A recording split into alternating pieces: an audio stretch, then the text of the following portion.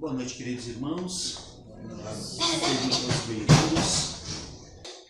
E então, neste momento, fechando levemente nossos olhos, acalmando nosso coração, nossa mente, queremos agradecer ao Pai Espiritual pela oportunidade de estarmos aqui reunidos nesta casa de oração. Que esta luz que desce dos céus nos ilumine, a nós e o nosso caminho nesta jornada. Muito obrigado, Pai. Muito obrigado, Mestre Jesus. E que assim seja. Deixo vocês agora com o nosso palestrante.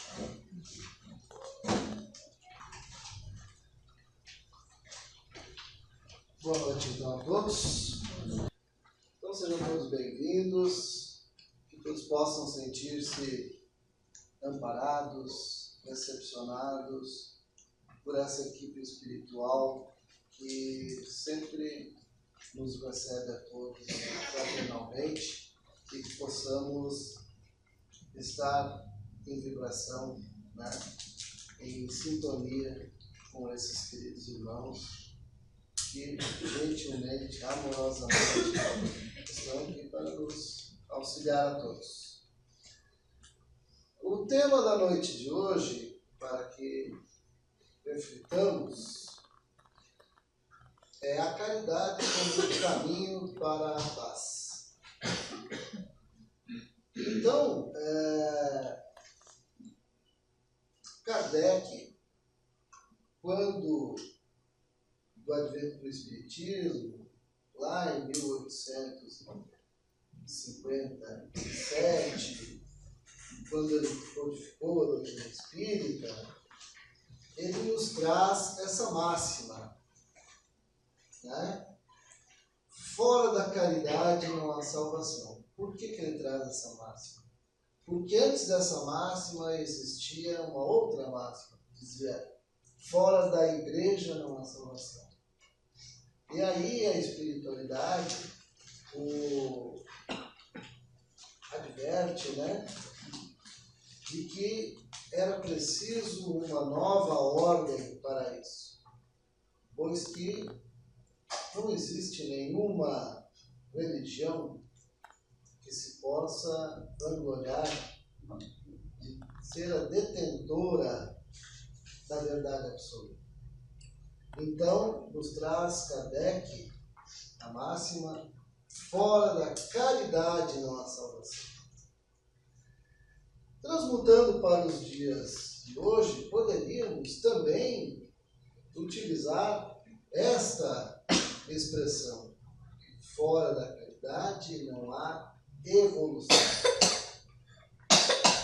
E o que não está sujeito à lei da evolução? Nada.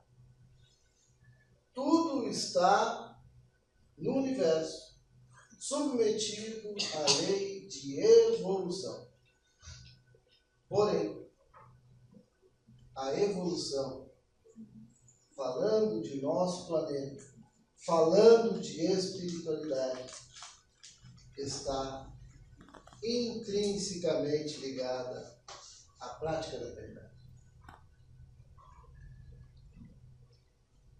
Caridade refere-se ao amor ao próximo, manifestado através de atos de paciência, generosidade e compaixão, que envolve ajuda material ou não, sem esperar nada em troca.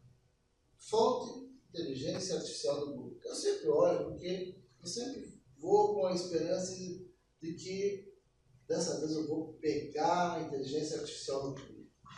Ainda não cheguei lá, mas quem sabe uma hora dessas eu consiga fazer com que ela nos dê uma resposta que não seja tão coerente. Mas nessa há uma coerência.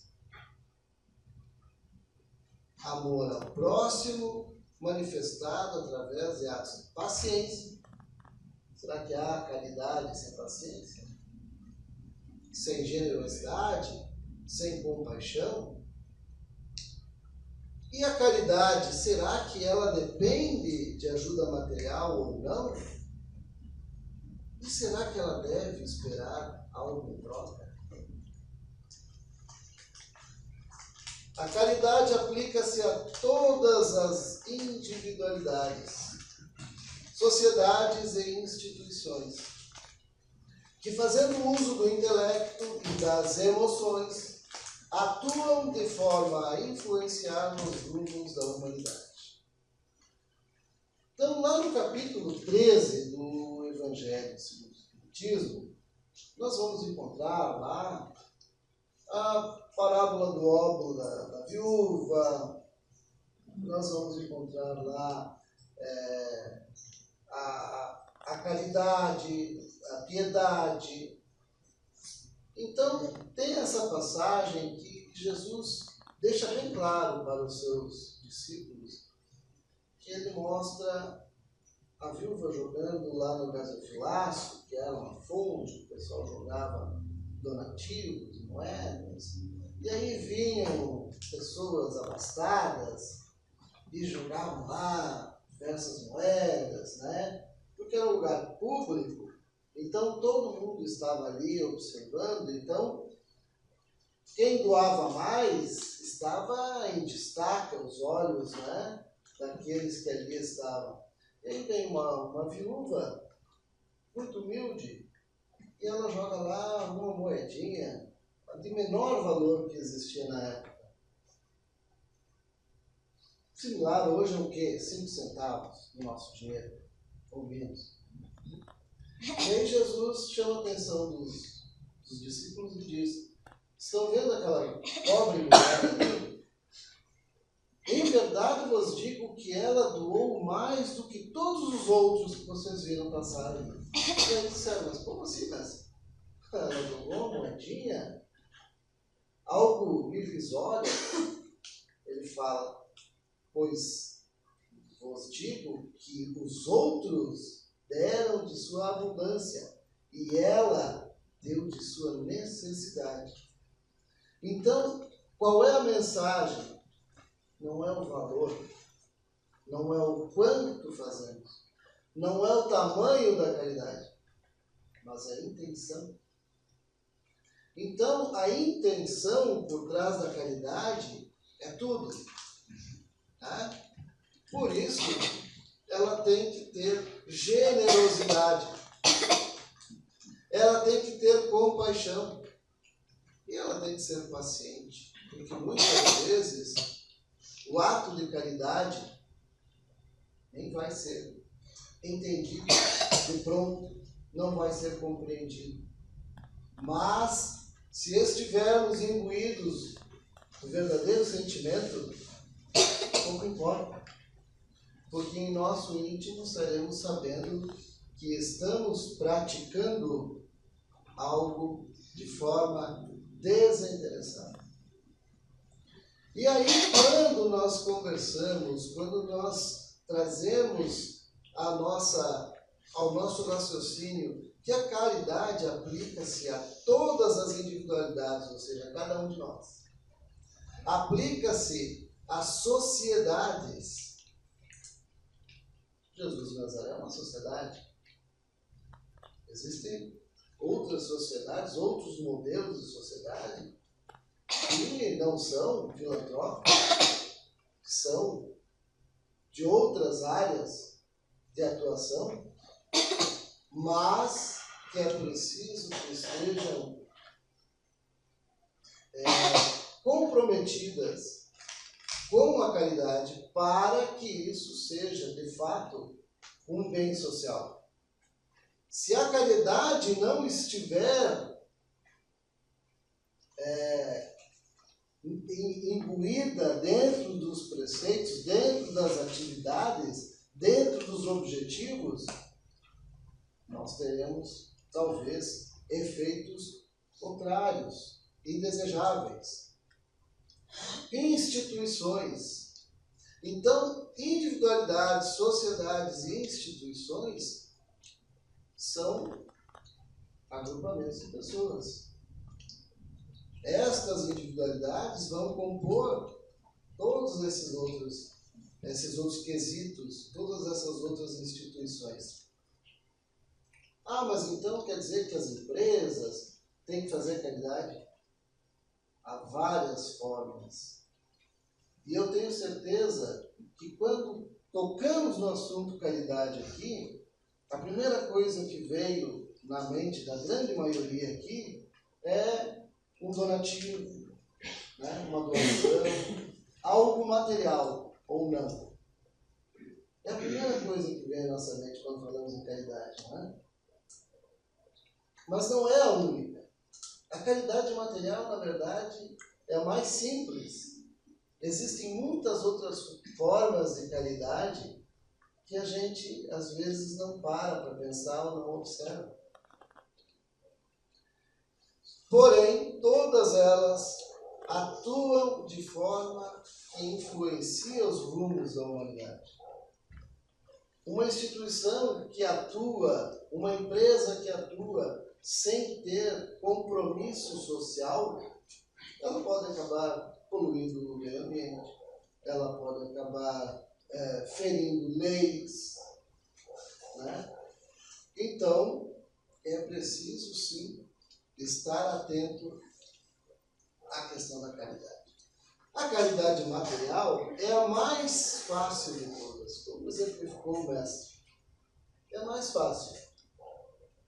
Por quê? Porque é muito simples.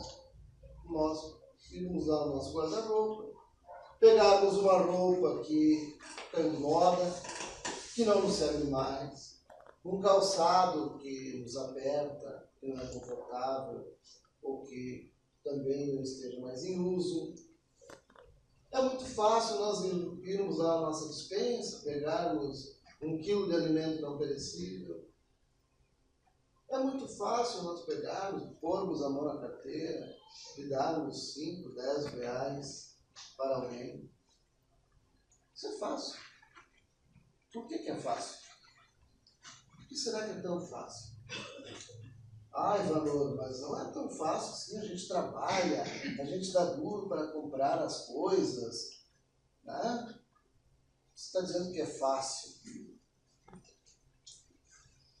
Se nós pensarmos em destinarmos 1 hora de nosso tempo por semana para ajudar alguém de forma comprometida, toda semana, naquele dia, naquela hora, eu irei auxiliar. Se nós formos pensar dessa forma, será que é fácil? Será que é mais fácil dar 5, 10 reais para alguém? Ou será que é mais fácil eu me comprometer com uma atividade 1 vez por semana, 1 hora que seja? Vamos pensar nisso. Toda semana, naquele dia da semana, naquela hora, eu estou comprometido com isso. Mas e se chover? E se chegar visita? E se eu tiver 1 hora extra de fazer o trabalho? E se meu carro iniciar? E se eu estiver doente? Tudo isso entra na equação. Não fica tão simples, não é? Então, não é uma caridade material. E ela é extremamente mais complicada.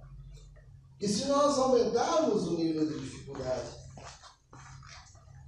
e se nós dedicarmos mais tempo, e se nós nos dedicarmos a ir a lugares onde normalmente nós nem sonharíamos em passar perto, irmos lá para ajudar pessoas em situações de vulnerabilidade, de extrema pobreza, de violência.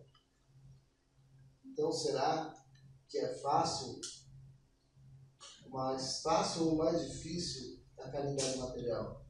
Eu acho que a caridade material é bem mais fácil do que aquela que depende da nossa dedicação, da nossa doação. Por quê? Porque a caridade moral, que é o outro tipo de caridade, ele exige de nós o exercício das qualidades do coração. E a caridade material não precisa. Eu posso dar uma nota de 5, de 10, 50,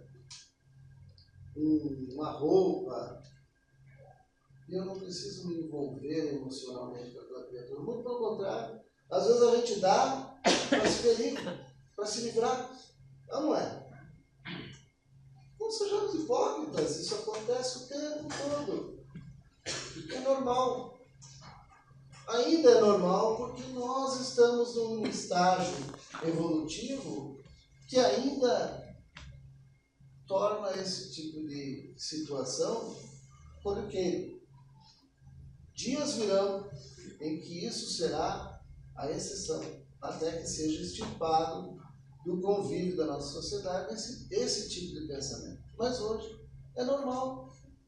Às vezes estamos com pressa, estamos ocupados, estamos com outros problemas, porque o nosso olhar ainda é focado muito em nós.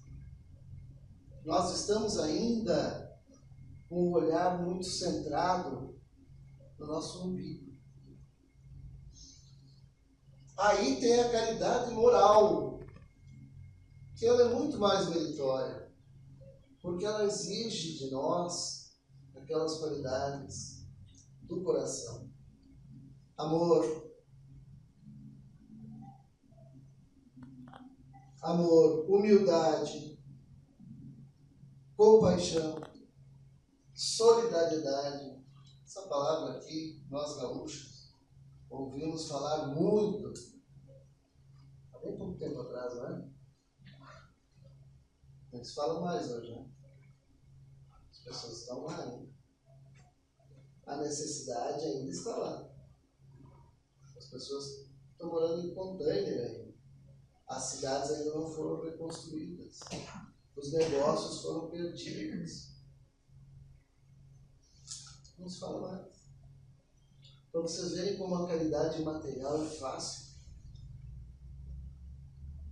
Dezenas, centenas de caminhões, caminhonetes, picapes, desciam os fins de semana, abarrotados de donativos. E hoje? Hoje as pessoas conseguem ainda destinar o seu tempo no fim de semana para ir lá, ver, auxiliar. Eu vejo que a caridade material ela é bem fácil quando nós comparamos com essas exigências que a caridade moral nos requisita. Humildade. Ou temos ou não temos. Se eu não tenho humildade, dificilmente eu consigo descer do pedestal e ir ao encontro daqueles que estão em situação de precariedade para auxiliá-los. Se eu não tenho amor, ou falta o princípio básico, se eu não tenho compaixão, eu não vou me condoer com a dor do outro. Cada um que se vire, não é? Cada um com seus problemas, que a gente ouve muito. O perdão também é uma forma de caridade. E o mais engraçado é que o perdão é uma caridade que começa por nós. Porque quando nós perdoamos, muitas vezes a pessoa que nós perdoamos, ela nem vai tomar ciência de que foi perdoada por nós. Mas o nosso coração, o nosso emocional fica livre, fica leve. Então a caridade do perdão começa em nós. O primeiro beneficiário somos nós. Mas nós nos recusamos. Por quê?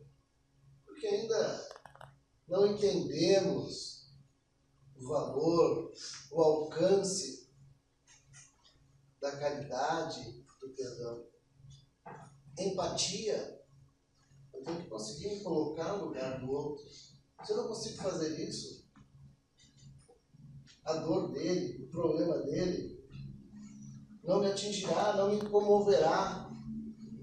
A tolerância também é uma caridade.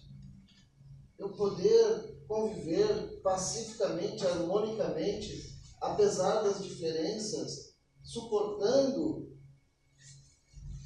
o incômodo que às vezes o outro gera em mim. Não é fácil, mas também é uma realidade. E o desapego. Ora, nós nem somos apegados, né, à matéria. Então, para eu doar algo meu para o outro, se vocês vissem as coisas que as pessoas trazem para nós aqui, deixam às vezes para que seja doado para outros, graças a Deus, a grande maioria, a gente fica emocionado de ver o desapego das pessoas. Mas tem pessoas que a gente fica se perguntando como pode, né? Como pode uma pessoa pensar que isso aqui é algo que se possa doar para outro e ir embora achando que fez uma caridade, né? Então, às vezes a gente fica realmente de frente com a realidade de que nós, humanidade, precisamos realmente evoluir muito. Se a caridade é o caminho para a paz, qual será o caminho para a discórdia? Então nós nos deparamos que os dias em que vivemos, e eles não são de hoje, eles vêm de muito tempo, a extravagância de poucos, vizinhando com a miséria de muitos, tem aumentado as tensões sociais. Tem aumentado muito. Tem países, por exemplo, da Europa, que colonizaram, né, outras regiões, inclusive da África. E que esses cidadãos, automaticamente, são cidadãos daqueles países europeus. Eis que as dificuldades em muitos países da África estão grandes demais. Esses cidadãos, como cidadãos colonizados e, portanto, cidadãos também europeus, migraram de seus países pobres, problemáticos, migraram para países europeus de poder aquisitivo melhor, de qualidade de vida melhor. E eis que está havendo um grande choque. Por quê? Porque são tratados como cidadãos de segunda classe, porque estão vivendo de forma muito dura, muito difícil, muito precária, vizinho a pessoas, a comunidades que vivem numa realidade extremamente diferente, muito opulenta, com muita ostentação. Isso está gerando grandes embates, grandes problemas, e não é só lá. Isso acontece aqui também, bem próximo de nós. Por quê? Porque, na verdade, tem muita gente vivendo na extravagância, alheio à necessidade, à dificuldade, à carência que se avizinha ao seu lado. Então, essas tensões sociais, infelizmente, vêm aumentando. Conflitos no lar. A falta de caridade, muitas vezes, lá dentro do lar, de se colocar no lugar do outro, de entender, de ser, de ter compaixão, de ser tolerante, gera conflitos dentro do nosso lar. Sociedades pouco espiritualizadas, então há uma carência de espiritualização muito grande ainda no seio das nossas sociedades. Vivemos muito para o material e descuidamos demais do lado espiritual. Conflitos de toda ordem no mundo virtual. que virou a nova arena, né? O novo Coliseu. As pessoas se degladiando no mundo virtual, né? Não debatem ideias. É uma tentativa de sobrepujar a ideia do outro. Não é debater para chegar a um consenso, não. É tentativa de dominar. A minha ideia precisa dominar. A última palavra tem que ser a minha. O meu pensamento tem que ser o predominante. Falta de compaixão, falta de tolerância. Conflitos no mundo real também. Porque isso, né, vem para o mundo real e do mundo real vai para o virtual. Então há uma simbiose. Conflitos no mundo corporativo. Por quê? Porque o mundo corporativo está muito voraz, a competição está muito acirrada, as empresas estão vivendo muita dificuldade, então estão apertando cada vez mais, né, os seus colaboradores. Então, tudo isso vai gerando no seio da sociedade o quê? Uma psicosfera de baixo índice vibracional no nosso planeta. Existe a psicosfera do planeta. A junção dos nossos pensamentos, das nossas emoções, dos nossos objetivos, dos nossos ideais, formam a psicosfera do planeta. E nós estamos com a nossa psicosfera vibrando em um índice muito baixo. Uma curiosidade, a vibração energética da Terra é entendida cientificamente como ressonância de Schumann.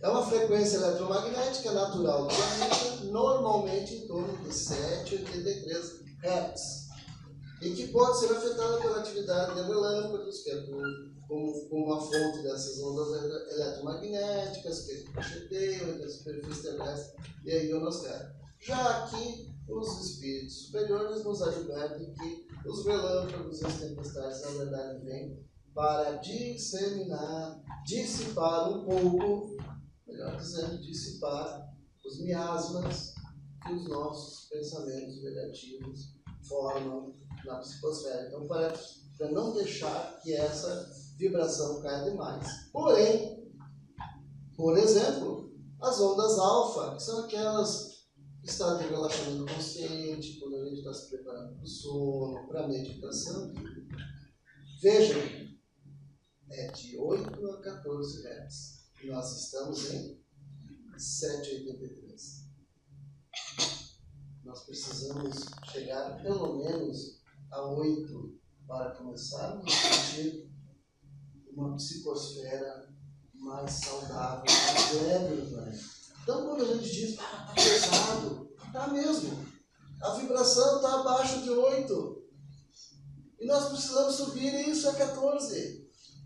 E o planeta não vai fazer isso de forma automática e milagrosa. Somos nós. É os nossos pensamentos. É o nosso querer. São as nossas ações. São as nossas maneiras de lidar com as coisas. A nossa espiritualização.